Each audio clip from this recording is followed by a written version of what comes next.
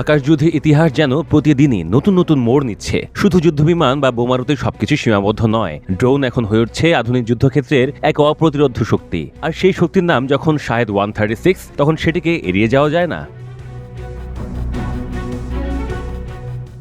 গত কয়েক বছরে ইউক্রেনের আকাশে যে দৃশ্য সবচেয়ে বেশি আলোড়ন তুলেছে তা হলো ইরানের তৈরি শাহেদ 136 ড্রোন। দেখতে ছোট, গতি ধীর, কিন্তু আঘাতে প্রাণঘাতী। মাত্র 50 কেজির ওয়ারহেড নিয়েই এই ড্রোন শহর ভিত্তিক যুদ্ধে ভয়ঙ্কর প্রমাণিত হয়েছে। রাশিয়া যখন ইউক্রেনে হামলা চালায়, তখন এসব শাহেদ ড্রোন ছিল তাদের অন্যতম প্রধান অস্ত্র। মিসাইলের সঙ্গে ঝাঁকে ঝাঁকে ড্রোন পাঠিয়ে তারা ইউক্রেনের আকাশ প্রতিরক্ষা ব্যবস্থাকে বিভ্রান্ত করেছে বারবার।